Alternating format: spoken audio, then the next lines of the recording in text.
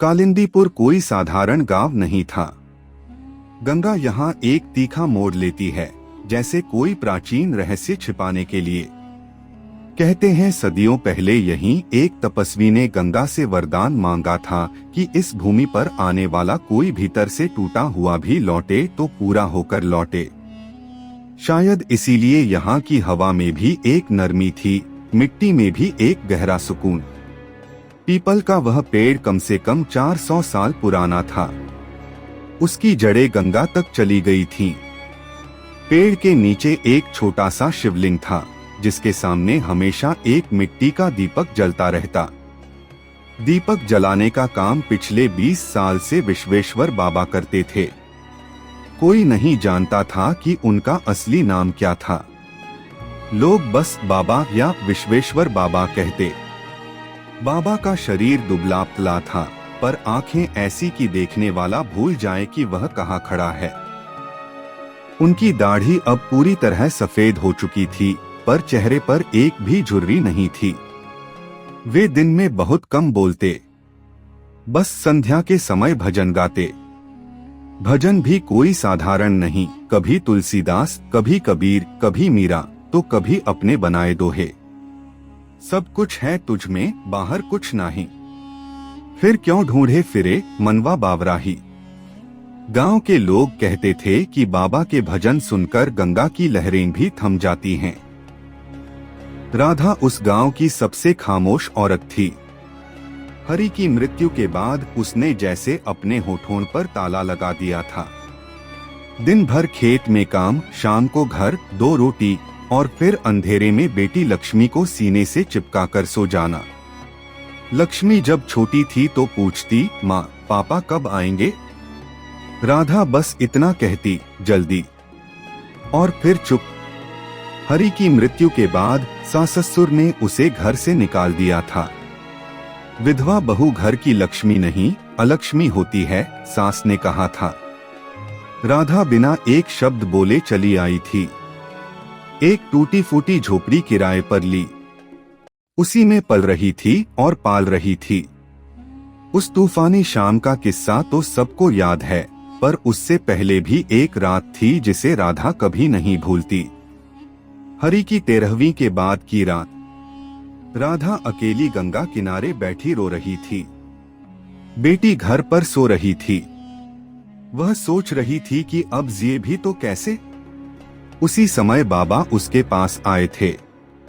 उस रात बाबा ने सिर्फ एक वाक्य कहा था, तेरी कहानी अभी खत्म नहीं हुई बेटी, बस एक पन्ना पलटा है।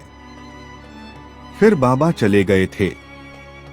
राधा उस रात घर लौटी थी और पहली बार यह सोचकर कि शायद सुबह होगी। अब 10 साल बाद वही बाबा उस तूफानी शाम उसे फिर मिले। बारिश में भीगी राधा जब मंदिर में घुसी तो बाबा ने उसे देखकर मुस्कुराते हुए कहा, आ गई आखिर, मैं इंतजार कर रहा था। राधा के पैरों तले जमीन खिसक गई। उसने पूछा, आप मुझे जानते हैं? बाबा ने कहा, तेरी आंखें मैं भूल नहीं सकता। 10 साल पहले भी इन्हीं आंखों में मैंने समंदर देखा था। उस दिन के बाद राधा का आना शुरू हुआ। पहले सिर्फ सुनने, फिर बात करने, फिर बाबा के लिए खाना लाने। बाबा कभी कुछ नहीं मांगते थे, पर राधा लाती, कभी मूंग की दाल की खिचड़ी, कभी गन्ने का रस, कभी मौसमी फल। बाबा हंसते और कहते, तेरी खिचड़ी में नमक कम है, पर प्रेम ज्यादा, मैं खा लूंगा।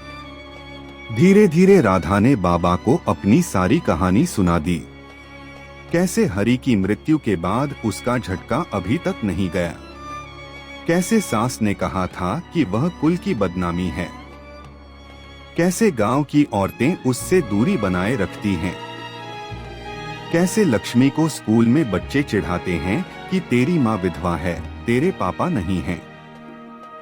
बाबा सुनते और बस इतना कहते, जो बीत गया वह इतिहास है, जो आ रहा है वह रहस्य है। अभी यह जो पल है इसे जी। एक दिन राधा ने पूछा, बाबा क्या मैं सचमुच दोबारा हंस सकती हूँ? बाबा ने कहा, हंसी कोई चोरी की चीज नहीं जो कोई छीन ले, वह तेरे भीतर ही है, बस तूने उसे कैद कर रखा है। धीरे धीरे राधा के चेहरे पर हल्की मुस्कान लौटने लगी। लक्ष्मी को उसने स्कूल भेजना शुरू किया, खुद सिलाई मशीन ली। गांव की औरतें आश्चर्य करने लगीं। इसी बीच अफवाहों का बाजार गर्म होने लगा। रामदुलारी चाची, जो खुद विधवा थीं पर अपने को गांव की मर्यादा की सबसे बड़ी रखवाली समझती थीं, सबसे आगे थीं। वे हर चौपाल पर यही राग अलापती। विधवा औरत रात रात भर साधु की कुटिया में। अरे ये तो पाप है। एक दिन चाची खुद बाबा के पास पहुंची। महाराज आप संत हैं, पर इस राधा को इतना पास क्यों बुलाते हैं? लोग तरह तरह की बातें कर रहे हैं। बाबा शांत स्वर में बोले, चाची अगर कोई भूखा बच्चा तुम्हारे द्वार आए तो तुम उसे भगा दोगी? चाची ने कहा, नहीं। बाबा बोले, राधा आत्मा से भूखी है, मैं उसे 2 रोटी प्रेम की दे रहा हूं। तुम्हें अगर शक है तो रात दिन यहीं बैठ जा, देख लेना कि यहां क्या होता है। चाची लौट गईं, पर उनके मन में पहली बार एक सवाल उठा, क्या सचमुच हम गलत हम ही थे? फिर आई वह होली जिसने सारी कहानी बदल दी। उस दिन बाबा सचमुच बच्चे बन गए। गांव के बच्चों ने उन्हें रंगों में सराबोर कर दिया। बाबा ने भी पिचकारी उठाई और पूरे गांव में रंग डालने निकल पड़े। राधा के घर पहुंचे तो लक्ष्मी ने मां को रंग लगाया, फिर बाबा ने राधा को। राधा ने 10 साल बाद पहली बार ठहाका लगाया। उसकी हंसी सुनकर गांव की सारी औरतें एकदम चुप हो गईं, जैसे किसी ने पुराना रेडियो खोल दिया हो और उसमें से कोई भूली हुई धुन बजने लगी हो। उस शाम राधा ने लाल गुलाबी साड़ी पहनी। जब वह मंदिर आई तो बाबा ने कहा, अब लग रही है मेरी बेटी। पहले भूतनी लगती थी। पंचायत हुई। मुखिया, रामदुलारी चाची, गांव के बड़े बूढ़े सब थे। राधा को बुलाया गया। उसने सफेद साड़ी नहीं पहनी थी, लाल बॉर्डर वाली साड़ी में वह खड़ी थी। मुखिया ने कहा, राधा तू विधवा है, सफेद कपड़ा पहन। साधु के साथ इतना मेलजोल ठीक नहीं। राधा ने पहली बार आवाज ऊंची की, मैंने कोई पाप नहीं किया। बाबा मेरे पिता हैं, गुरु हैं। और यह साड़ी, यह मेरे पति की याद है। वह मुझे रंगों में देखना चाहता था। अगर उसकी आत्मा को दुख होता तो वह मुझे सपने में आकर रोकती। सन्नाटा छा गया। तभी रामदुलारी चाची उठी। सबने सोचा अब तूफान आएगा, पर चाची ने राधा के पैर छुए और रोते हुए कहा, बेटी हमने तुझे 10 साल जिंदा लाश बना दिया, आज से तू हमारी बेटी है। उसके बाद जो हुआ वह गांव के इतिहास में लिखा जाएगा। सारी औरतें अपने अपने घर गईं, सफेद साड़ी पहनी और राधा के घर आईं। सबने अपने मंगलसूत्र उतारे और राधा के गले में डाल दिए। आज से तू विधवा नहीं, तू हमारी गांव की लक्ष्मी है। लक्ष्मी की शादी में पूरा गांव ने जैसे अपनी बेटी विदा की हो। बाबा ने कन्यादान किया और कहा, ये मेरी पोती है, इसे सुखी रखना। बाबा के जाने से पहले की आखिरी रात। चांद पूरा था, गंगा शांत। बाबा और राधा कुटिया के बाहर बैठे थे।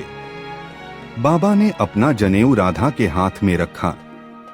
ये मेरी सारी तपस्या है, अब तू संभालना। राधा रो पड़ी।